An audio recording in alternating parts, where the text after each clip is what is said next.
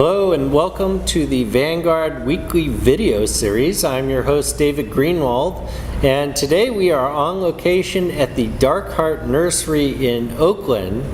Dan Grace runs a cannabis nursery here, but he's looking to come to Yolo County, and he's going to be before the County Board of Supervisors on August the 1st. We also have Jennifer, who works here, and Eric Goots, who many of you will be familiar with because he's from Davis and he made the trek out here as well. So welcome everybody.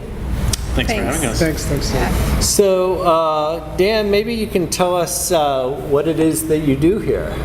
Sure. So my partner and I founded Dark Heart Nursery 10 years ago, and when we got into the cannabis industry, like most other cultivators, we grew flowers. But we found early on that we had a number of difficulty as farmers, and one of the challenges we had was getting high quality plants. So we quickly identified that there was this need to support the work of farmers by making great plants. And we learned how to do that. We started getting better at it. And within a couple of years, we really focused all of our efforts on what we call clones in the cannabis space. And since that time, we've been developing Dark Heart Nursery as a brand and continuing to dedicate our efforts towards supporting the work of cannabis farmers. Okay, and so you started out, I assume, working on medical marijuana? That's right. Everything in California to this day is still medical. We have, as of last year, authorized what we call an adult use system in California. That program will be coming online over the course of the next year or two. And what kind of corporate structure do you have here? Is this a corporation or is it still a private? So we are a conventional corporation now. For many years, we were what's called a mutual benefit nonprofit corporation, which was an entity type that was at the time required under California's medical cannabis program. Those rules have recently changed, and so we're all sort of normalizing as an industry now. And how many employees would you say you have here? We have about 50 people gathered across 3 different locations in Oakland. And would you mind telling us how much revenue you do? So our business, roughly speaking, will bring in about $10 million in revenue this year. Wow. And who do you do business with now primarily? Dark Heart serves 2 main customer categories. We have our retail sales channels, so that's where we partner with dispensaries in order to make plants available for sales to any medical patient over the counter. And then we also serve commercial cultivators, so those are the farmers who we help make sure they have great plants to start their gardens.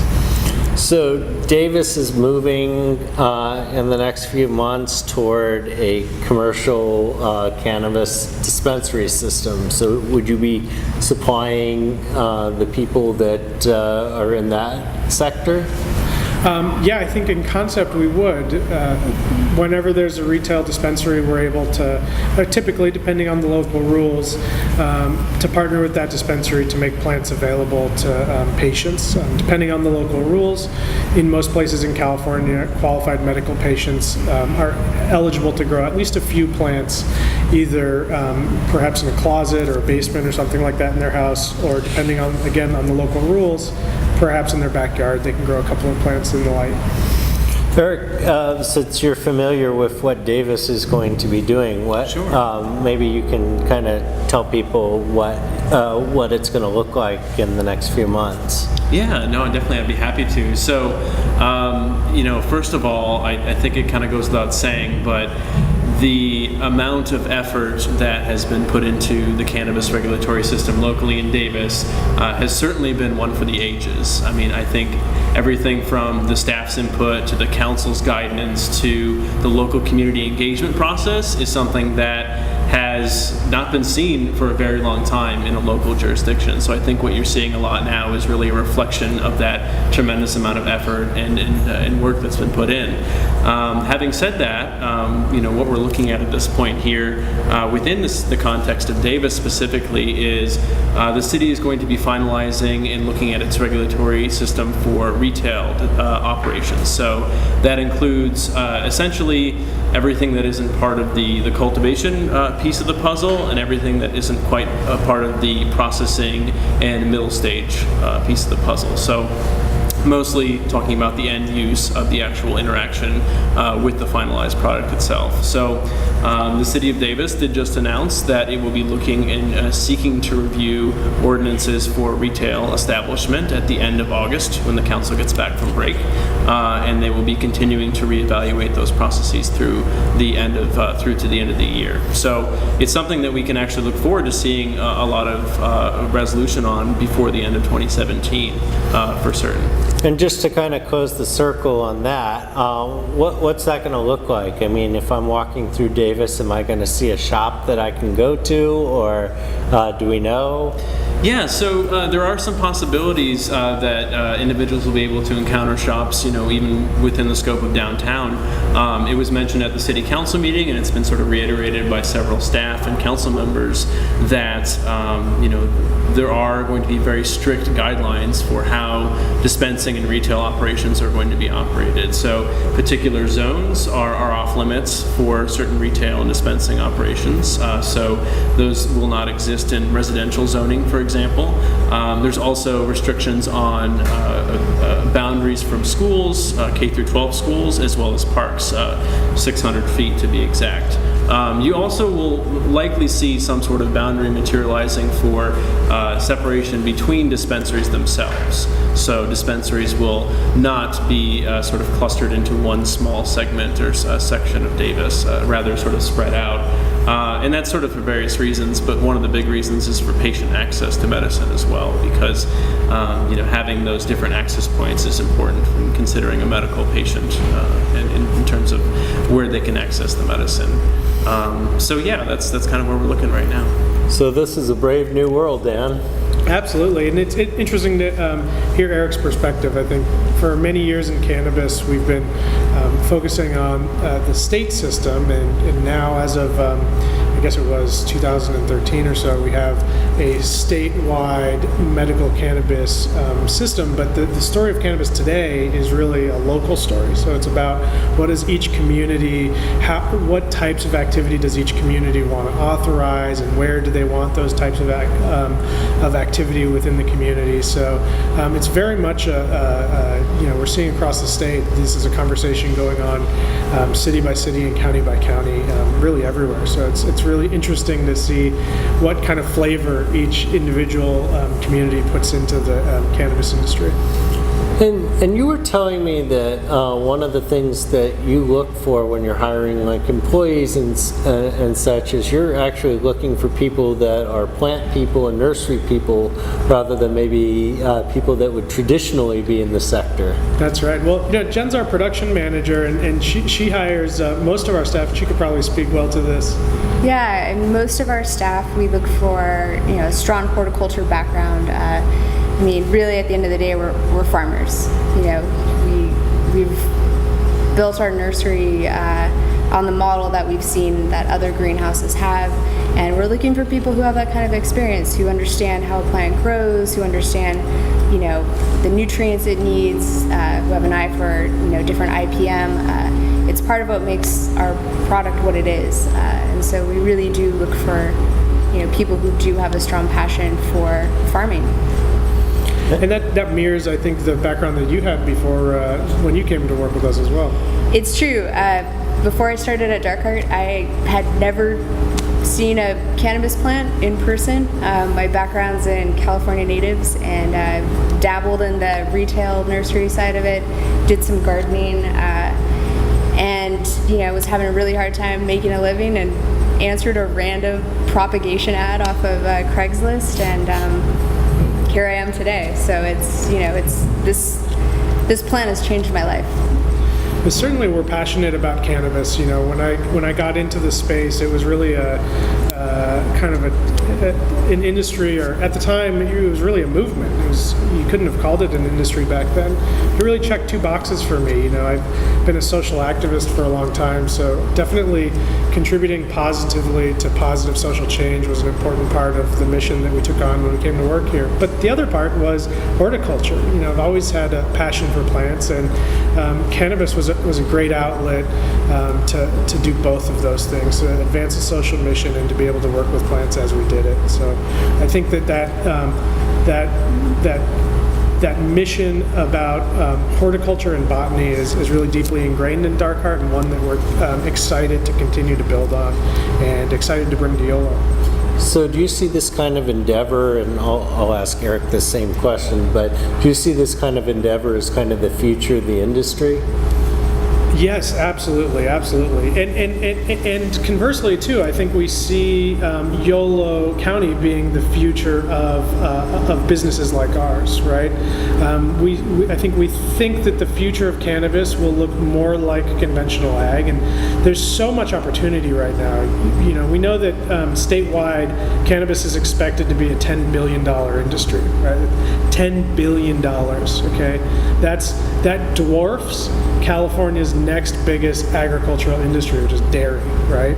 So this is going to be the most important thing to happen to agriculture in California, maybe ever, okay?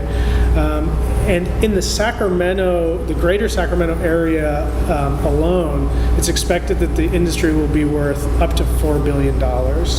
That is, and that's not just nurseries, and it's not just cannabis farmers, and it's not just manufactured products and dispensaries. It's also accountants and lawyers, researchers, ancillary services, labs, restaurants. I tell people in Oakland in 2008, 2009, at the bottom of the recession,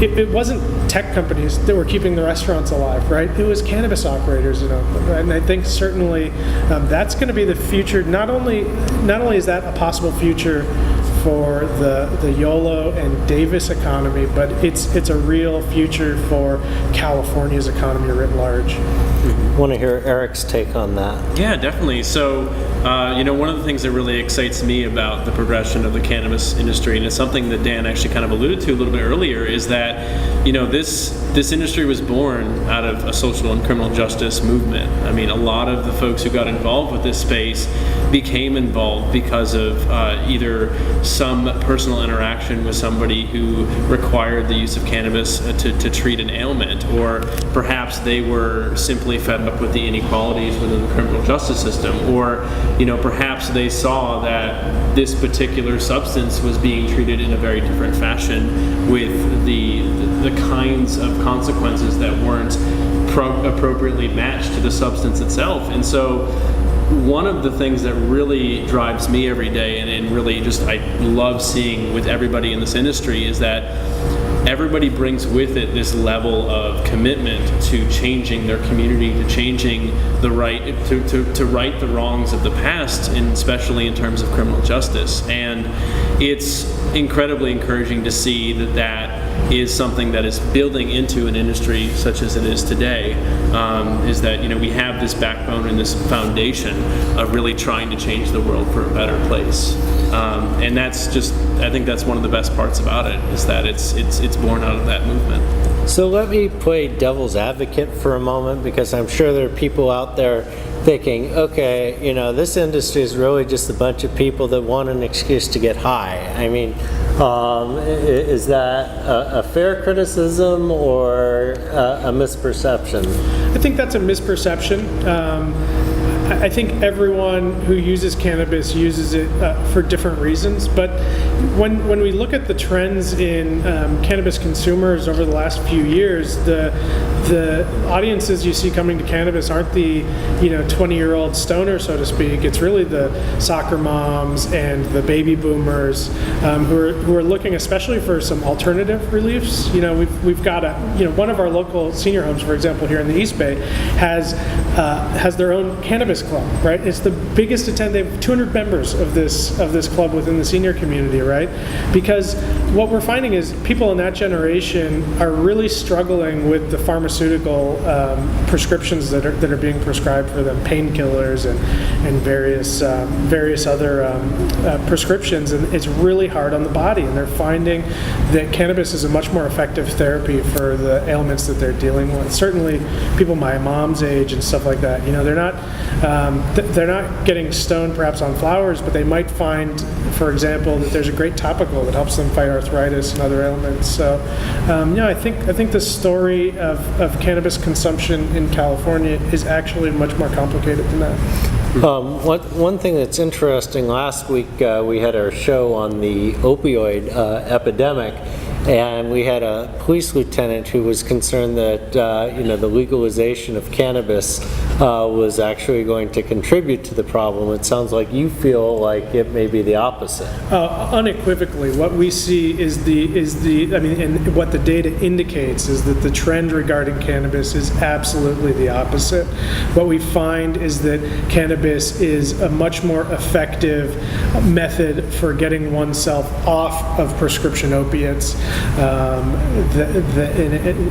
there seems to be no indication that it's actually a way for people to get into prescription opiates. The trend tends to be that people are prescribed these medicines, these opiates from their doctors, and then once they're hooked on them, they go looking for a way to get off of them. And for many people, cannabis is a huge harm reduction and a way to get off of prescription painkillers. Certainly, there's quite a few numbers of studies coming out now that indicate that in fact is the way that cannabis is being used. Right. Yeah, and I mean, just to add on to that too is, this is something that I've seen a lot firsthand, especially within my experiences within the military, because I was within what they call a warrior transition unit, a WTU, which is a unit that's set up to help rehabilitate physically, psychologically, and mentally wounded soldiers from war. And I can tell you firsthand, for having been a part of the administrative management of that unit,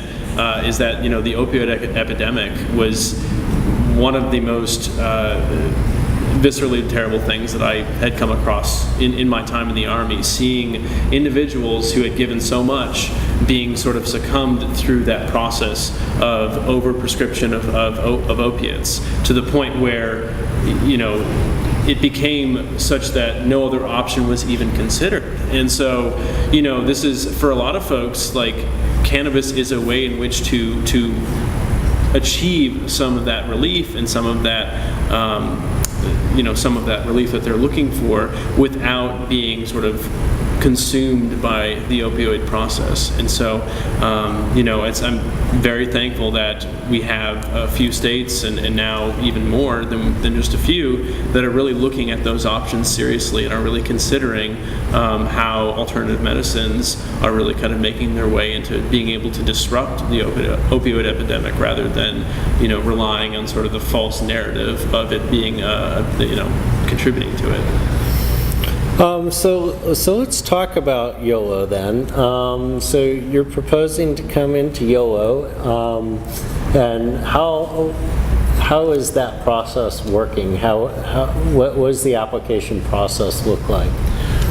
Well, there's the County of Yolo has developed they currently have a moratorium. So there's some existing operators who have been permitted and licensed, several dozen at this point, who are basically in their first permitted planting season, as I understand it.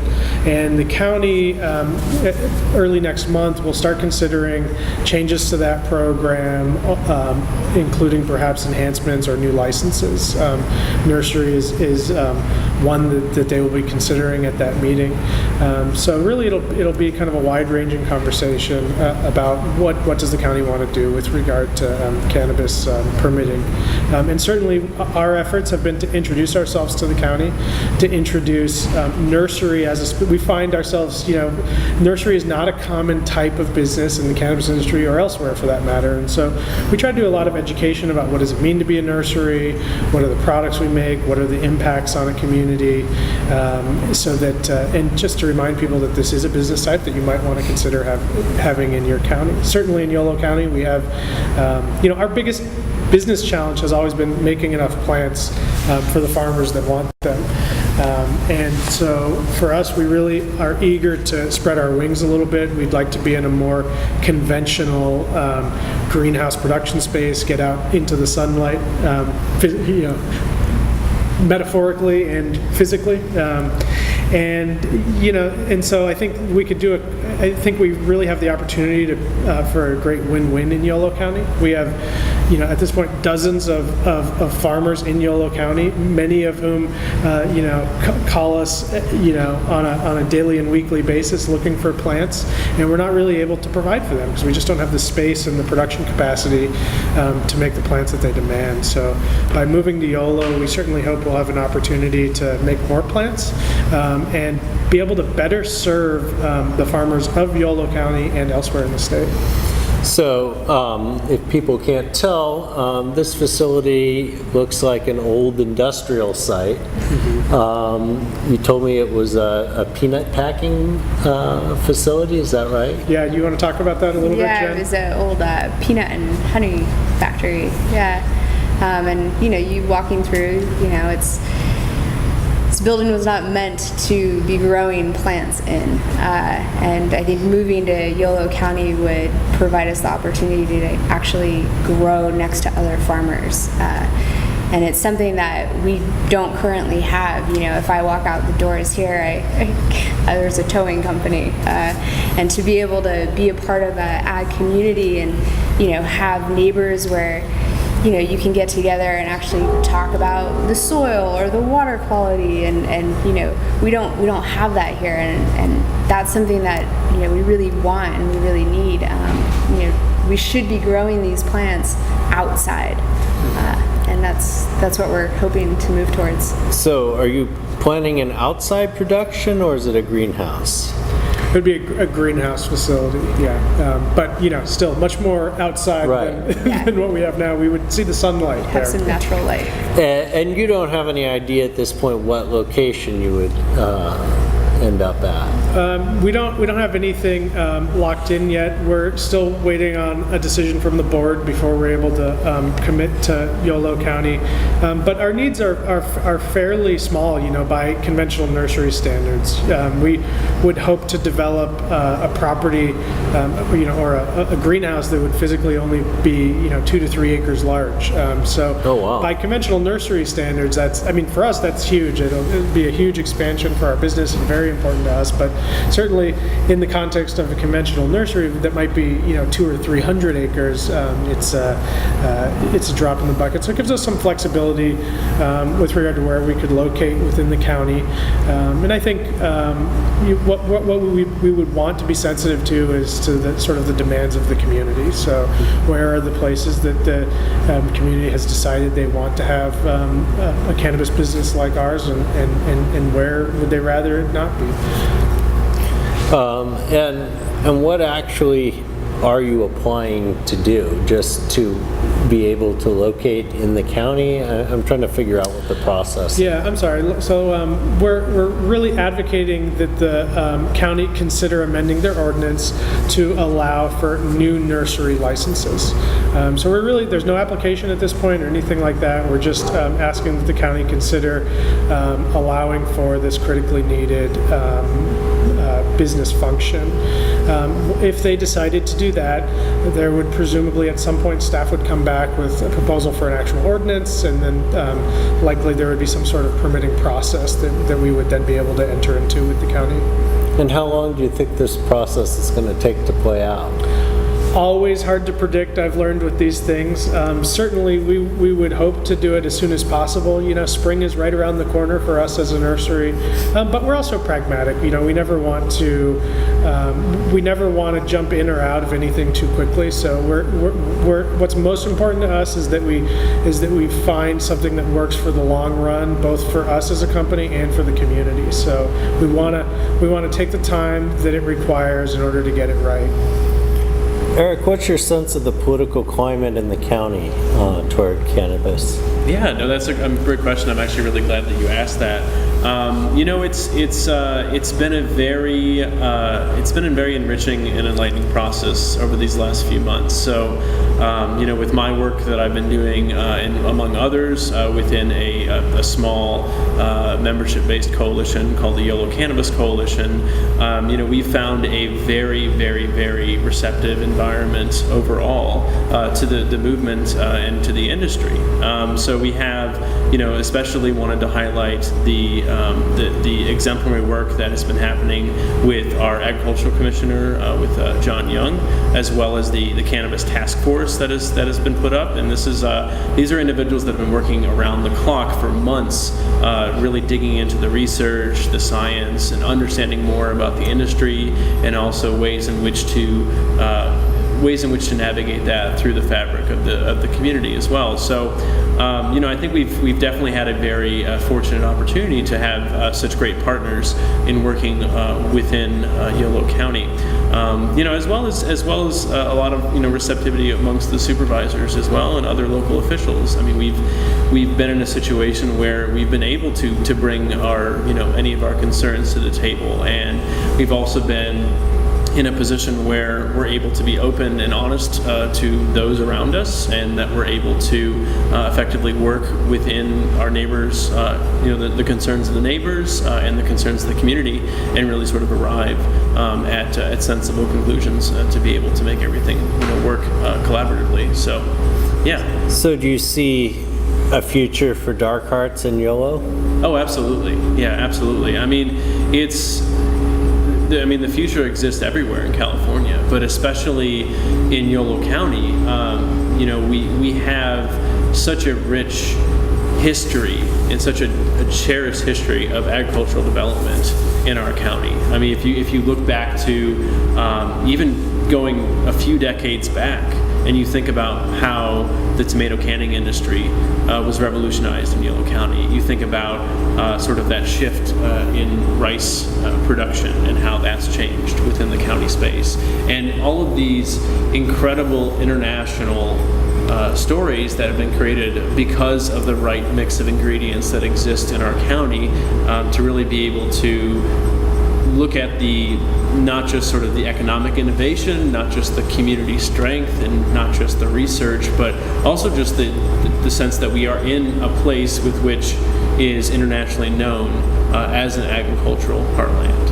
And it's something that the county prides itself on very much, and it's something that the cannabis community at large takes incredibly seriously. Every single farmer that I've talked to in Yolo County is incredibly proud to be there, because they know that they have big shoes to fill. They know that they have big commitments to make to the community, and they're ready to step up and do that because they understand how important it is to preserve that cherished history. Yeah, it's interesting, hearing you talk about the agricultural heritage of Yolo, because I just see this. I think the county, for me as a farmer, I think about the natural resources in the county. I think about the soil and the sun and the water, and I just think, if you're going to put a pin on the map for a county that cannabis is going to be a great crop, I think Yolo County is it. It really is. I think it has definitely an opportunity to pioneer this agricultural space, in cannabis. So it's going to be quite a ride. And I have to say, just kind of as an observer from my seat here, I've been so impressed with the work that folks like Eric have been doing on the cannabis cultivator and cannabis farmer side, and the work that the county staff and supervisors have been doing on their side. As I said earlier, the story of cannabis regulations in California this year are all about local, and in many communities that's been a real struggle I mean, really, every community has struggled in some way to get that right. But what I see in Yolo is really just the right combination of people with positive intentions working on figuring this out together. Everyone seems so interested in the common goal of figuring out what's the right fit for Yolo County, and so willing to compromise in order to reach a workable solution there. It's one of the reasons why I think there's a real opportunity in Yolo for a company like Dark Heart, but for the industry, for the industry overall as well. Because without that, I think it's very difficult for an industry to develop without that kind of partnership and collaboration and civic mindedness. Now, have you met with members of the Board of Supervisors? Yeah, we've met with most of the members of the boards of supervisors at this point. And what has been the reception? I think overall positive. Again, we're in drawing the right balance for the county. I think we've, as I said, we've certainly worked to educate the supervisors and the county staff about nursery, what it means to be nursery, why nursery is different than flower production, how we don't sort of create aroma, smell as much as in flower. And anyway, it's just a little bit of a different kind of type of business. So we definitely started there with the supervisors and other county staff. But yeah, from there, I think they have other questions. That are very common. Where should these businesses be located? Who's going to be sensitive?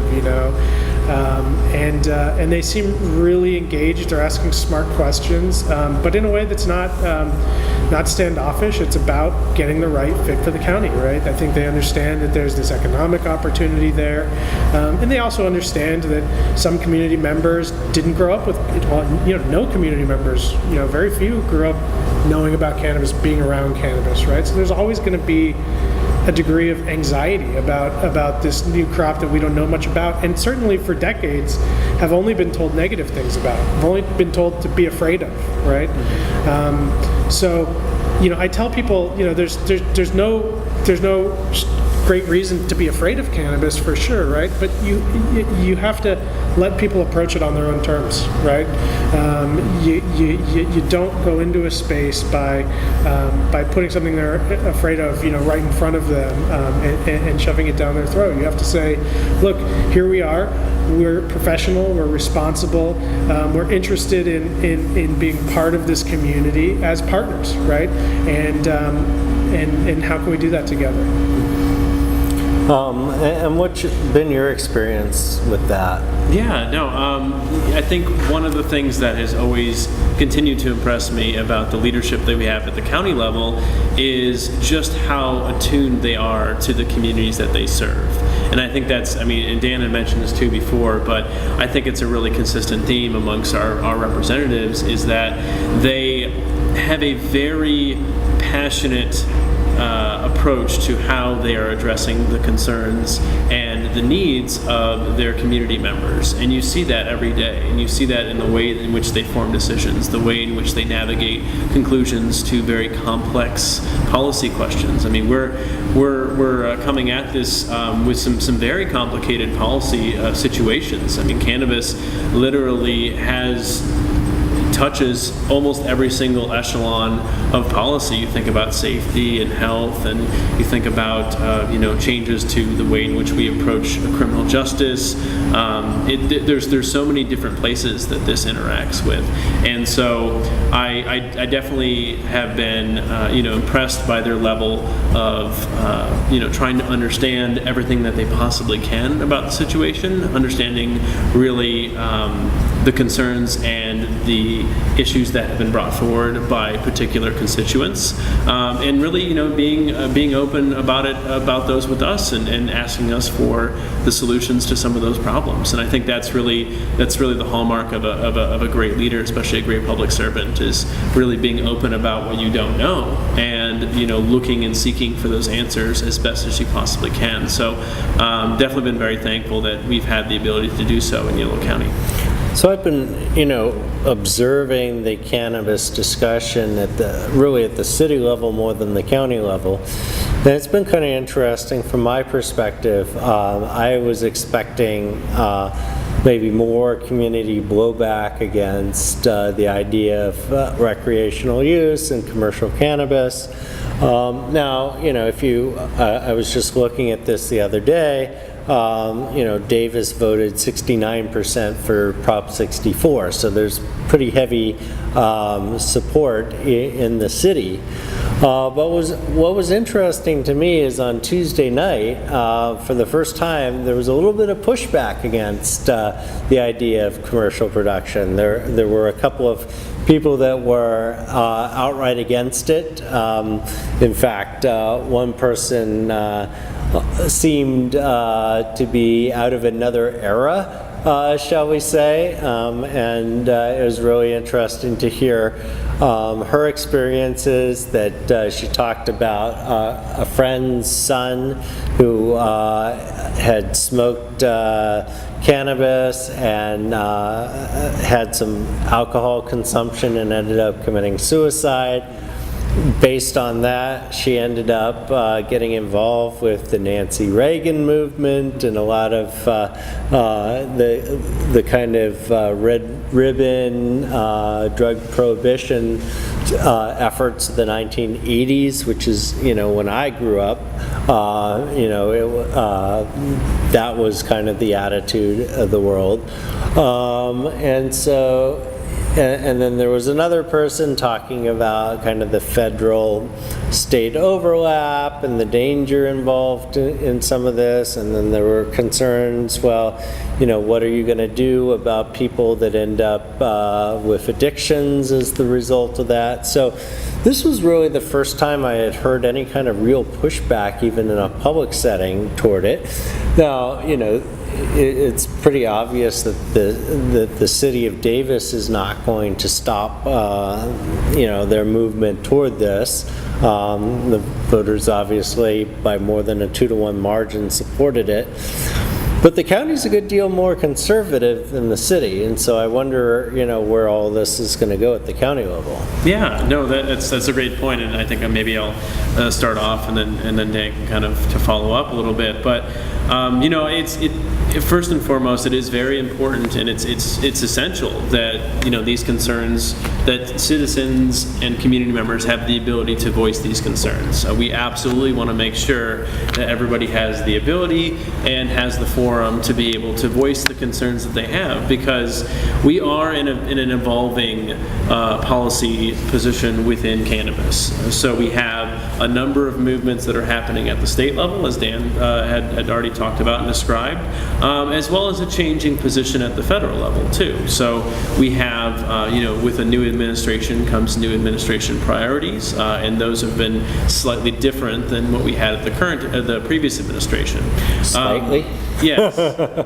So you have a situation where really the way I look at when comments and when folks are voicing their concerns, I look at the overall policy picture of what we're seeing. I look at the overall forum of policy that we're talking about, and these are all sort of reflections of where we're at in sort of the evolving process. So, in addition to still having some of those concerns that are present, and really some of that being either as a result of the way in which the war on drugs sort of propagated over the last few decades, and we're sort of still seeing the remnants of that very effective messaging, which ended up being something that was ultimately we have been sort of debunking by the day in terms of that rhetoric and propaganda.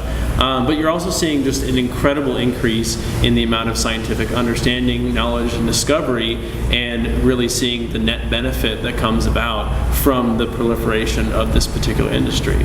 And so I'm sure Dan can speak a little bit more to that. Yeah, well, I think the first thing I would start with on that topic is, going back to that voter data from Prop 64, because it wasn't wasn't just that, something, what did you say, it was 70%, give or Yeah. take, of the Davis population that voted for Prop 64, but it was, 52, 53% of the unincorporated Yolo County population that also voted in favor of Prop 64. So I think, we need to remember that when we think about these things. It's not always, sometimes as we think about these public hearings and stuff like that, it's, we almost measure by the loudest voice, right? And I think certainly if we look at that vote, what we see is that overwhelmingly the population of Yolo County is in support of adult use cannabis. But there again, I would say, and much to Eric's point, we are coming out of an era where the official policy of the federal government was that cannabis was the devil's plant, right? I mean, we both came out of that DARE generation in the 80s, right? And they hammered it into us. I think I went through DARE 2 or 3 times, going through public school, right? And they beat it into your head. This is a terrible thing that'll ruin your life, right? And we are learning. I mean, that is a legacy that is not easy to overcome, right? We have this legacy of prohibition in this country that is changing. The public perception around it is changing, but you don't come out of an era like that, overnight, right? We have a lot of perceptions, and as much as, first of all, I think we do need to, it's amazing the progress we've made, right? I mean, 10 years ago when I got into the industry, something like 30 or 40% of the population in the country thought that legalizing cannabis was a good idea, right? That's now in the 50, 55, 60 range, right? And that's nationwide, right? So we're not talking, Davis and Yolo County here. We're talking, Mississippi, Alabama, Florida, right? So this is a movement that this is really a phenomenal groundswell of change that we've seen in public perception around cannabis legalization. But nevertheless, I think again, there are, some people's minds change, or differently than others, and it's a thing where when you've been told one thing for so long, in order, I think, to change perceptions, and frankly, that change in the last 10 years, what we did to make that happen is we opened the doors, right? We said, there's companies like Dark Heart and locally Harborside, that was another local leader on this issue, right? We said, no, we're normal businesses, we're helping patients, and we have nothing to hide, right? Come and take a look, right? And that really did so much to change people's hearts and minds, and I think that's what it's going to take in every community, is allowing people to come and approach cannabis on their own terms, right?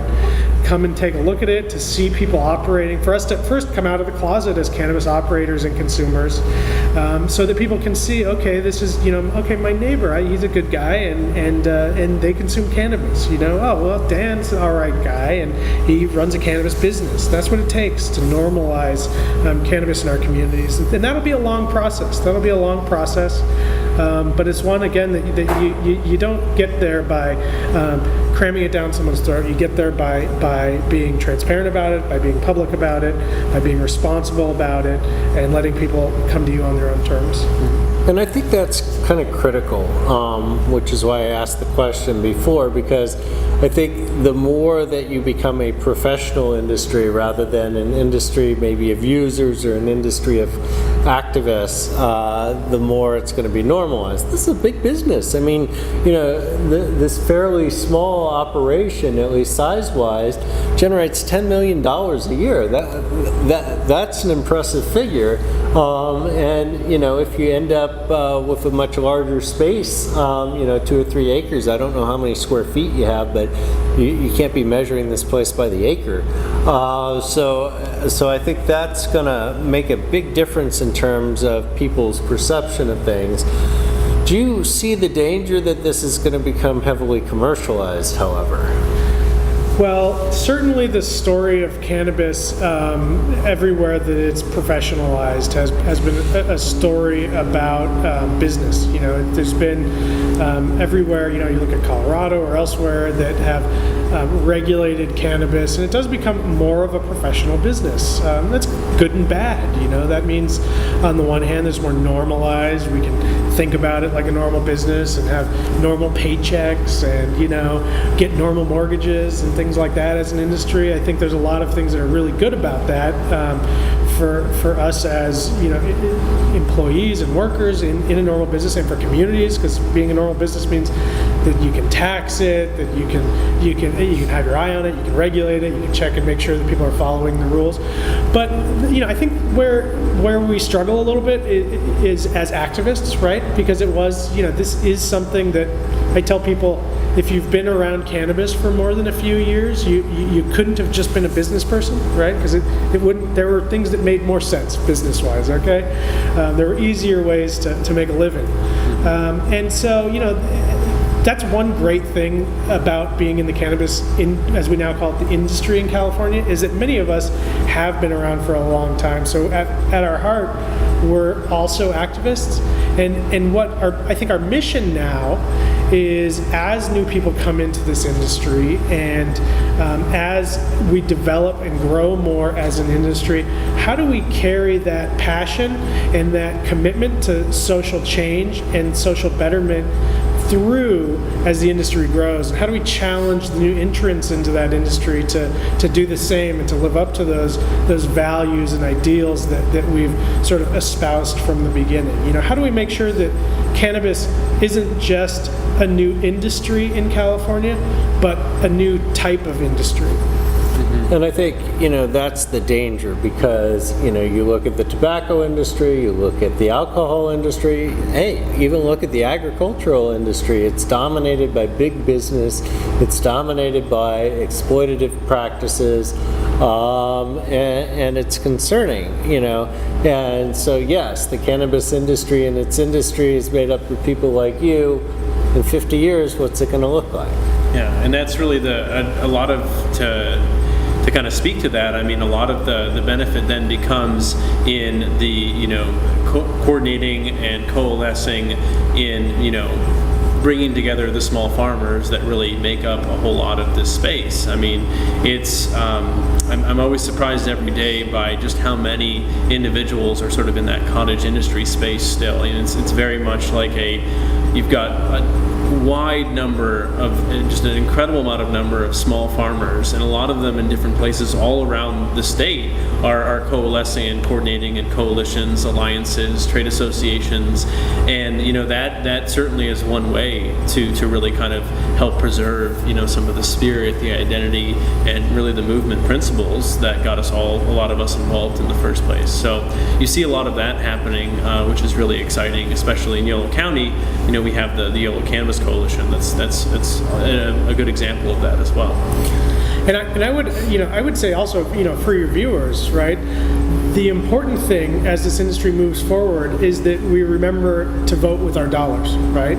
If you're a cannabis consumer, when you make a purchase, you are voting for the winners and losers in the cannabis industry, right? And, you know, insofar as we remember as consumers that we want to be supporting brands and companies that represent our own values, I think those values will continue to be reflected in the industry. You know, whatever that means to you. If that's about, you know, philanthropy, then great. You know, if that's about, you know, small, organic agriculture, then make sure again that you're voting with your dollar, right? Sometimes that'll mean, you know, I'm going to pay, you know, $1 or $2 more for the brand that connects with my values, right? But that's I think such an important thing for us to do as consumers, not only in cannabis, but certainly here as the industry grows. Something we have to remember. So in our kind of closing minutes now, maybe some closing thoughts on where you are, where you're going, what the future is going to look like? Boy, hard to predict. That's such a free-ranging. No, just, the roadmap. What's the plan here for the next year?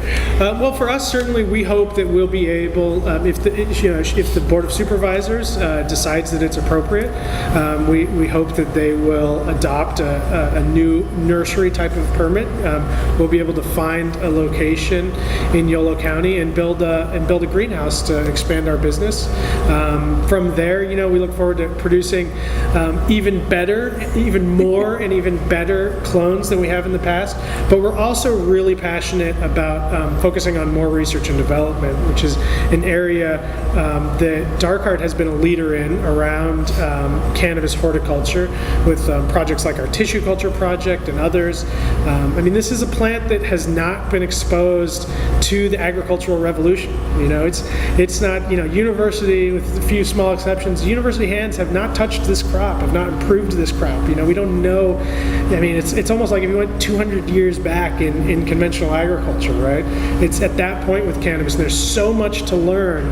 We're really excited to learn a lot more about this crop and to be leaders in developing the crop. And I don't think there's a better place for us to do that than in Yolo County with some of the best agricultural minds in the world. Eric and Jennifer, maybe some thoughts? Yeah, Yolo County, there's also UC Davis is right there.